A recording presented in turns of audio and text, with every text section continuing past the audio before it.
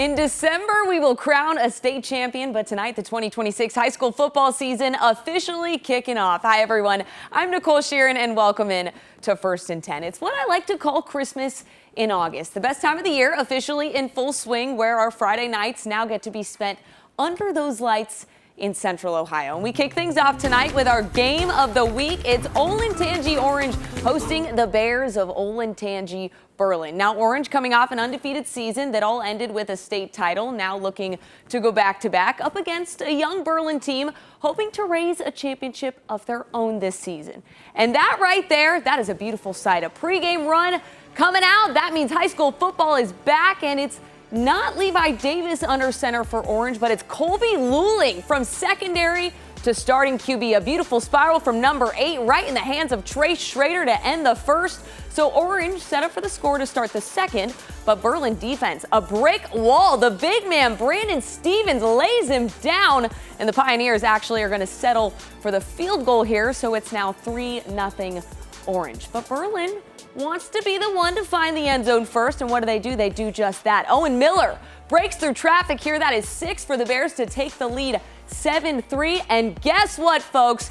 Olentangy Berlin has done it. The reigning state champions of Orange, undefeated no longer. The Bears serve them their first loss since November of 2024. Final score 21-6. Over in Worthington, the Cardinals hosting the Fighting Irish of Dublin Scioto, and that is the face of a Cardinal team up 24-14 at the half, of course, hoping to keep it rolling, but the Fighting Irish fighting back. Liam Reinhart, that is 45 yards of pure beauty, and woo, that's bread in the basket for Isaiah Jones. He looks like Julian Sand and that Jeremiah Smith connection out there. So Scioto now down by 3, 24-21, but the Cardinal defense, they are not messing around. Next Scioto possession, Jerron Lanier says, "Not in my house." That is a huge sack from the big man. But that defense, they're not done yet. Reinhardt, he said, "I'm going to try to make something happen here." But, oops. That is the wrong colored jersey, sir. Abdullah Bundu, straight robbery. Final score, Thomas Worthington takes this one by 2, 30-28. Now, last year to open up the season, the Tigers took care of business against the Lions, taking down Gahanna by over 30 points. Tonight, Gahanna looking for its sweet revenge on their home field. The question is, could they do it? And I'm telling you, those blow-up Lions and Bears looking pretty electric tonight. In the first, it's quarterback Gray Kegley. That is a dart to Marquis Wallace for 23 yards. They score.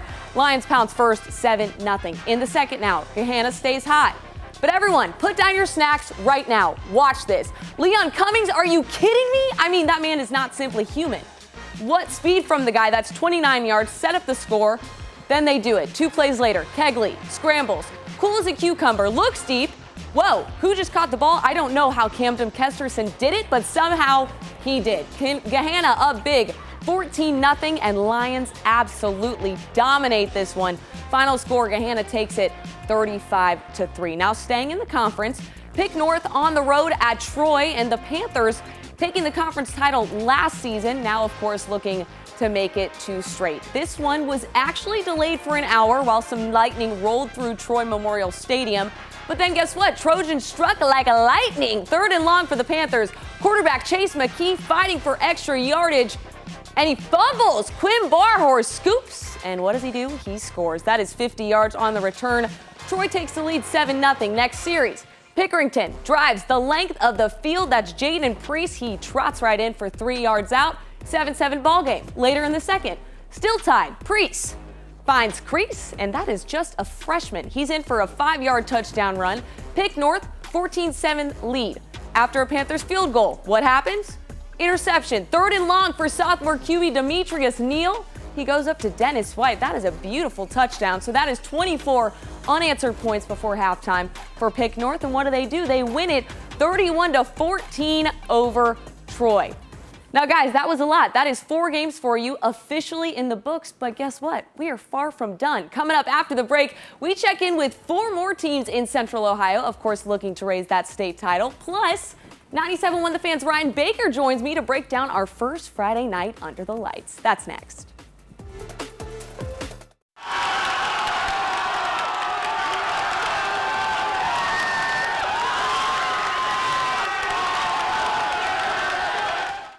Well, that right there is what Friday nights are all about. Welcome back to First and 10, a packed slate of Week 1 games, and the fun just getting started. So I hope in that break you got some snacks, you're now chilling on your couch and locked in for the best highlights in the game. Next up, it's Hawks against Rocks over at Bishop Hartley as Dublin Kaufman hit the road for Week 1. And if you like the xylophone, Kaufman's band has plenty of them right here, so take a look. And if you like touchdowns, well, this game had a lot of them, so you're in luck with this one. We're going to pick this one up in the third. Rocks up 17-14 and add to it. Jack Morris breaks free. That is straight speed to the house. Now 23-14 Kaufman, but Hartley answers right back. Odin Mertz to Camden Caldwell, and he says, see ya, folks. Not 50, not 60, not 70. 80 yards for the score. I am just exhausted watching that run. So Hawks down by 3, 23-20, but guess what? Rocks drive down the field again. This time, Gavin McLean squeezes his way across the goal line for the 6-yard score, and the Rocks rock on to Week 2 with a win, 51-27 final. Now it's a City League Central Buckeye League showdown. Grandview Heights hosting Centennial, and those Stars looking to shine in Week 1. Now the band getting after it means what? It's halftime. So Grandview Heights up 20-6, but Centennial meaning business. Jelante Jamison says, watch me work. Braylon, he's got the block go on, and you're not going to believe me, but that was 75 yards for the score. I think that may earn our play of the night honors. He was breaking ankles left and right. So it's 20-12 Grandview at this point. Then later in the fourth, Bobcats up by 2. And guess what? Nicholas Yunkin calls his own number, says, watch me work. The keeper for 6 yards and 6 points to seal the win. Bobcats take this one over Centennial 26-18. Now the Bobcats conference rivals, Franklin Heights, making the trip to the Wild Wild West to face the Cowboys. The Falcons dominating West this same time last season, so the Cowboys now hoping to start their year on a high note. And when you're at the home of the Cowboys, yeah, you're going to find a horse on the sideline. I don't think I've ever seen that. In the first, Delavan Bailey with an absolute rocket to Drayton Morris. He says, thank you very much, sir. That was easy. They can't convert the score, but they can give us a great highlight. In the second, still zeros. From the 6-yard line, Bailey. Guess who? It's Morris again. That connection unmatched because if it ain't broke, don't fix it. So it's now 6-0. Falcons go on to win this one 14-9 final. And you know what's better than one state title? Well, let's make it 2 in a row. Bishop Watterson capping off the 2025 season with another championship trophy. That quest for a three-peat beginning tonight on the road at Anthony Wayne. Watterson rolling in this one, winning 35-0. I mean, are we surprised they won 2 state titles in a row? And believe it or not, the last time the Eagles lost a game back in 2023. Since then, it's been 2 straight undefeated seasons. No expectations of that, of course, changing tonight. And I now want to bring in what I like to call the high school football guru, 97.1 The Fan's own Ryan Baker. So, Bake, I think I got to start with our game of the week, Orange against Berlin. Berlin takes down the undefeated state champions for the first time since November of 2024. That's crazy. It is crazy. They beat them twice last year, did Orange beating Berlin. Orange is one of those teams, though, everybody was like, oh, Division I state champs last year. They're going to get this one.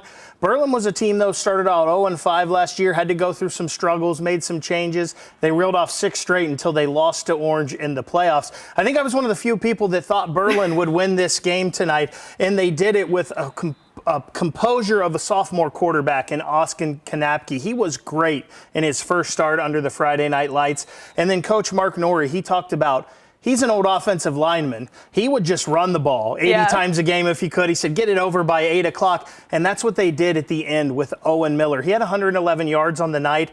They ground out the last 8.5 minutes on the clock. He had 66 yards of those then. Jeez, crazy upset there. Bake, real quick before we have to head to break, what was another big-time upset for you tonight, a game that stuck out to you?